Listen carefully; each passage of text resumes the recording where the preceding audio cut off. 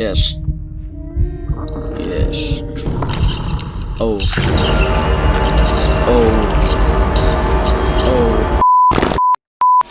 So there's this small creator called North of the Border. He builds models from things like clay and aluminum foil, and he was sponsored and made one of these clay models for this game that recently came out called Reanimal. He showed some footage of the game and it looked super fun, so I instantly went to see how much the game was. It's $40. I mean it didn't look that cool. So instead of spending $40 on that game, I searched online and found a game from the same developers that looked very similar. If you're into single player or horror games, you might recognize it. It's called Little Nightmares and it's been around for 9 years. But the best news is that the game is only $20. Wrong, you liar! That's not the best news. The best news is that I got this game for $5 because it was 75% off. I didn't even decide if I actually wanted to buy it. I mean, that's a deal unheard of. I realized I have fallen exactly into their trap. Of course they want me to play this game. If I like it, I'm gonna buy the expensive one. Fuck. So today I'm gonna play this game and for $5 it definitely blew me away. So grab yourself a snack, lay back, gun rack and enjoy the twisted yet beautiful game that Little Nightmares is. Alright, hope you enjoyed that intro. One more thing, for convenience, this video is split into 3 acts in which I explore all parts of this game. So the whole game except for the DLC is in this video, to be clear. That's just easier for me to edit, or that's just how my brain works after 100 hours of Silksong. Well, welcome to Little Nightmares. This is Alan, everyone. Say hello to Alan. He's going to go through hell for our entertainment, so let's just all be grateful. Comment W Alan, he deserves it. Oh, whoa, no, not like that. That's a giant district in the Netherlands. Oh, and while you're down there, make sure to comment what game I should play next, because I'm out of inspiration. Start 6 story, start the kid's story. There's a moth in my face right now, holy shit. Get the fuck out. Okay, we have the choice. What? No, shit. So right there we were brutally forced to choose 6 story, and after this horrifying cutscene we enter.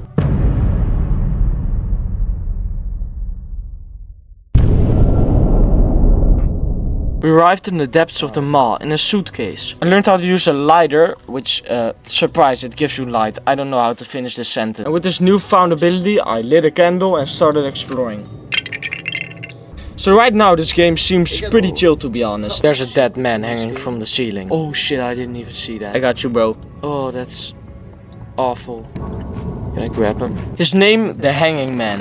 I mean, YouTube likes to take shit down. The Death Hanging Man. He's really good at it. He also has 2 sets of arms. That's why you see his hands.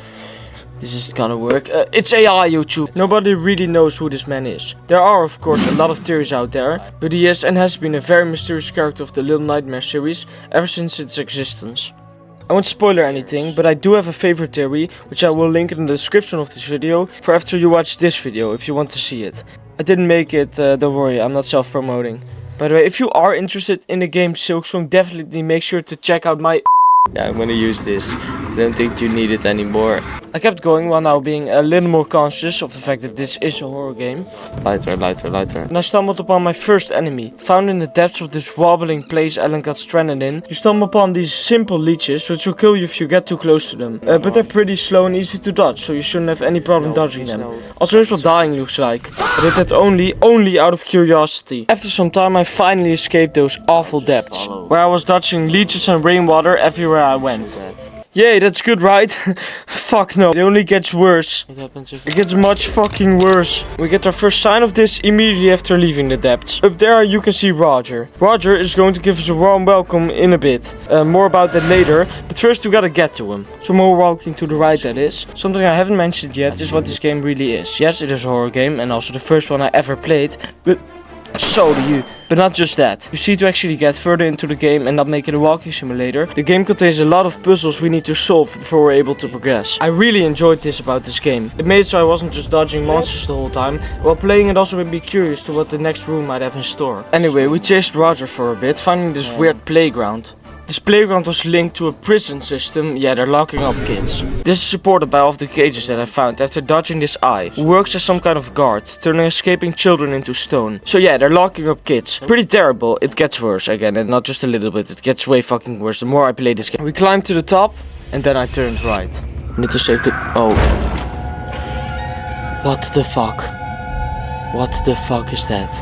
Thank you for asking so kindly. That, my friend, is Roger. Roger is basically the head of this child prison, and you should probably run the fuck out of there because he is coming for you. So Roger is blind. You couldn't really see it, but he wears a white cloth around his eyes. Roger luckily left the room, and we can leave the children's bedroom. We now have officially entered the child prison. After some vent time, Ellen is getting a bit hungry. Luckily, we get a piece of bread from one of the imprisoned children, so we can still our hunger for now. Now remember this part, it's very important for the story. I'm going to try and explain the lore in this video. Some old viewers might know that I rarely talk about lore on this channel, but when the lore is as good as in this game, I just can't not tell you. I solved some puzzles, make my way further into this prison, brutally died, made my way past another eye where I was caught lacking multiple times, nearly escaped that, also I'm pretty sure that's not supposed to happen, and after some cardio, we finally made it out of the prison and the scenery turned colorful for once. This didn't last long though, because after taking the elevator down, it's all grey again. At this point, Ellen is hungry yet again, and he feeds on some raw meat. Remember this. Ellen's meal is quickly interrupted though, because the cage was a trap set by Roger, something no one could have ever expected. This cage is definitely gonna close on me while I eat this piece of meat. What? Closed on me. Luckily, the dude is blind as a bat, so he placed the plot relevant prisoner, Alan, on top of another cage. By some brute force, we easily escape the cage. We explore and after a few minutes find Roger again. We just can't escape this dude, can we?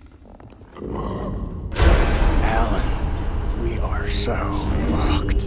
Interruption. If you are a true genius Little Nightmare player, you might have been curious to why I would call Six Ellen. You might think I'm stupid because Six is a girl and you thought I didn't know. But surprise, I do. So now you might think I just came up with the name to bait you into commenting I'm wrong. But no, also not that. The only sole, singular, stupid ass reason I called Six Ellen is so I can use that meme. That's it. Oh, and while I'm already interrupting, I might as well stall my death and ask you to like the video and subscribe. It really helps this small creator out. I put a lot of work into these videos, so if you do enjoy them, I would highly appreciate it. I depend on online ones and zeros to feel self-worth.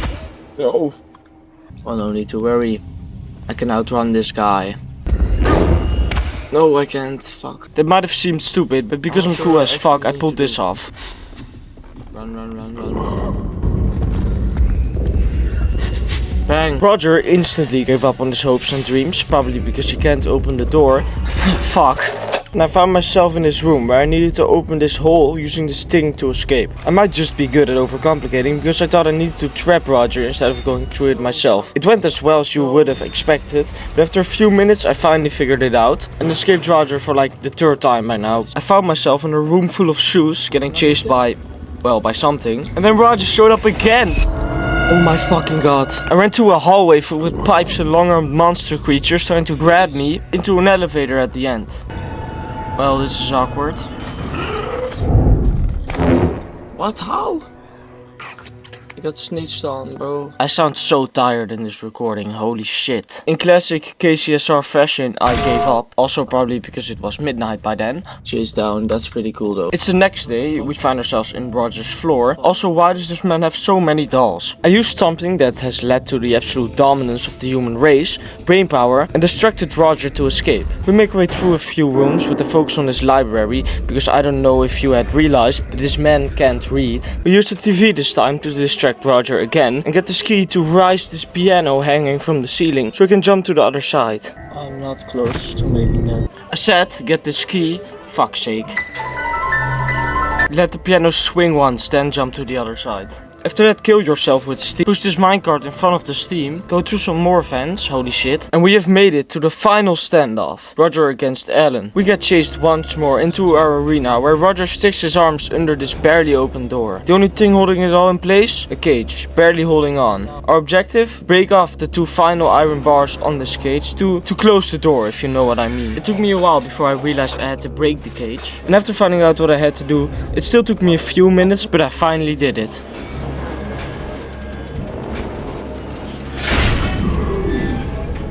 We finally got rid of Roger. Unfortunately, things are only gonna get worse from now on, as I have stated numerous times. But before going further, I do want to go back and show you one important lore thing. At one point, Roger was seen backing up dead children and sending them away with a hook elevator. Those children were the imprisoned children from the start. And after killing Roger, we used the hook elevator ourselves to make it into the new part. But upon arriving, see this. I didn't even realize this while playing, but all of those white packets are body bags. And the reason those children are sent away is fucking terrible, because we have entered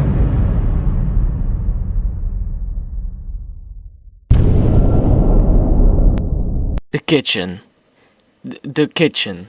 The kitchen. I told you it was gonna get way worse. Oh, and it's still going to get worse. The developers are not holding back. Upon arriving, we get hungry yet again. This time, we eat a live rat stuck in a mousetrap. Remember, we make our way past hundreds of carts filled with body bags. We arrive at the kitchen. That's where we meet the second boss of this game. This is the chef. Unlike Roger, the chef is able to see. But fortunately, the chef has very little reach. We maneuver our way through the kitchen, where unlike Roger, the chef instantly kills us. Roger was never seen doing that, so W Roger.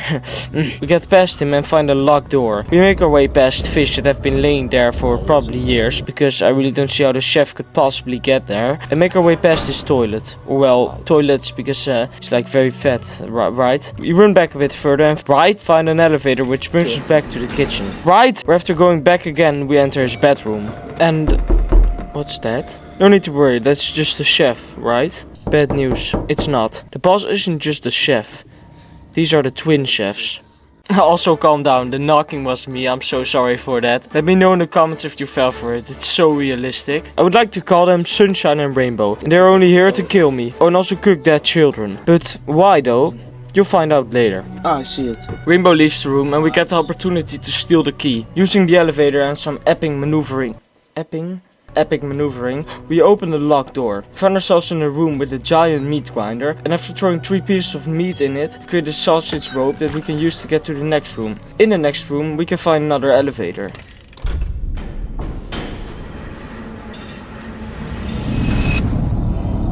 Now this shit still haunts me every night. Not only because this is probably the moment where I got scared the worst, but also because this is the only recording file I didn't record audio on, which makes it so I don't have a reaction. We sneak past this fat ass and take the elevator. After hiding in the vent, sneak past him once more, where we distract him, steal his key and open up another closed door. We follow Rainbow through the floor and find the twins doing the dishes together. There has clearly been a large feast, because we see giant towering amounts of plates in this room. Now it seems like Sunshine's optic nerve can signal less light entering the pupil than Roger, because after flicking this lever I get jumped by Sunshine whilst trying to get out, but somehow escape because he doesn't see me. I make my way back and after climbing a stack of plates manage to escape from the chefs using a hook elevator yet again. My ride is interrupted though, so after getting chased down by these chefs one final time, Oh my fucking god, it scared the shit out of me. I managed to grab the hook again and escape. Yes, I'm out. I'm out, bitches. If you made it this far, I would highly suggest still watching to the end, because the whole story I'm telling you right now is about to all fall in place and make sense. That's because it's finally time to end.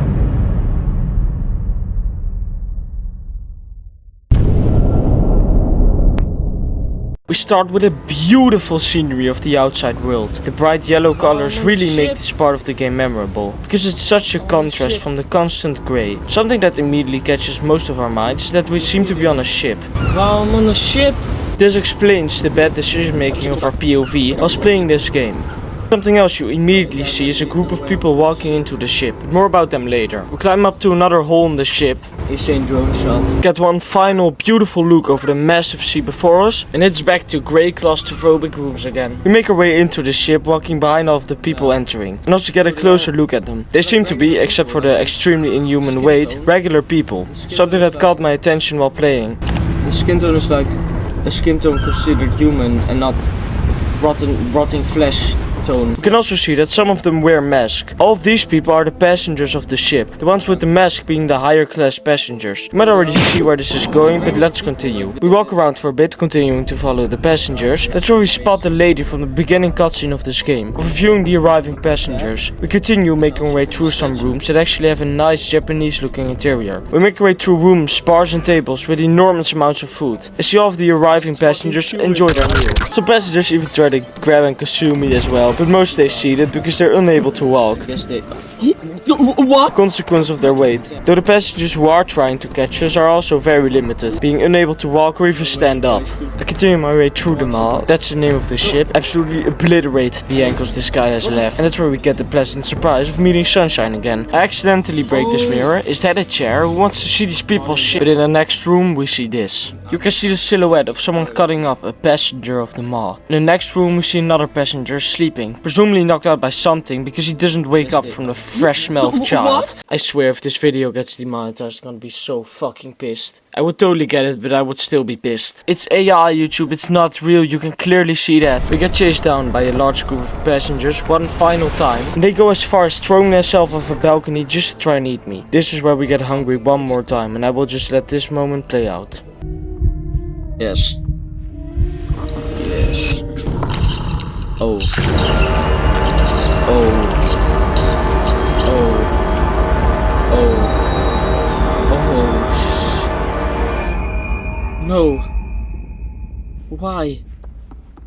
Alan, why the fuck would you do that? This is a soul-crushing moment in the game. Alan has gotten a destructive hunger built up throughout this game. Their hunger starting with just a piece of bread and building up to meat and a live rat.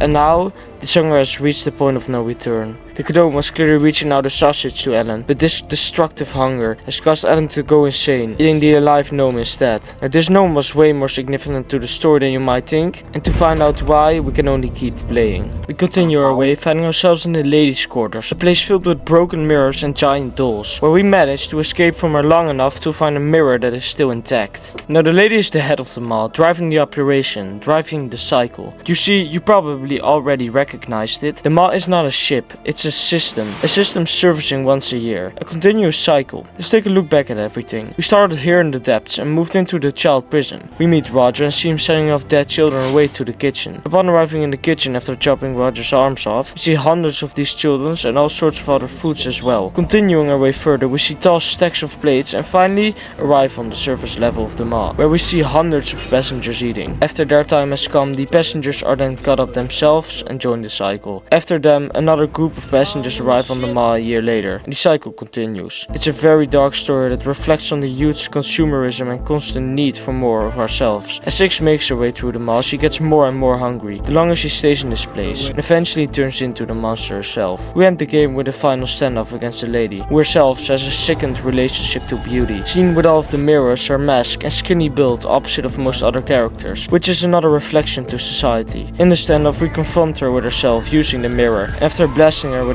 confidence a few times, get her in a weak position to strike. We finish off the lady, showing how our destructive hunger has truly driven us mad. Now we ourselves have become the worst monster in this place. After killing her, we seem to gain her powers, and the game ends with Ellen walking past the guests, killing the ones still trying to get her. Finally, a door with an eye opens, and the game ends with a question. Did we escape the mall, or did it escape us? Wow, what a game this was. This was truly a very interesting experience. Upon starting the game, I had truly no idea how dark this game was, and when I found out, it actually really shocked me. The game looks so cute, it's just a little girl wearing a raincoat, but at the end she eats a gnome and now you're just emotionally scarred. The DLC is about a little boy exploring the mall as well, at the same time as Alan. That's not that much important, except for the fact that when the boy discovers the lady, he gets turned into a gnome, and this gnome turns out to be the gnome Alan ate. Wow. I really hope you enjoyed this video. Let me know if you like these kinds of videos. There's still 2 more versions and of course Reanimal that I could still play, so definitely let me know in the comments. Please make sure to give me a tip for my next video, I really appreciate those. I'm still just a beginner. Do all of the stuff and I will hopefully see you later.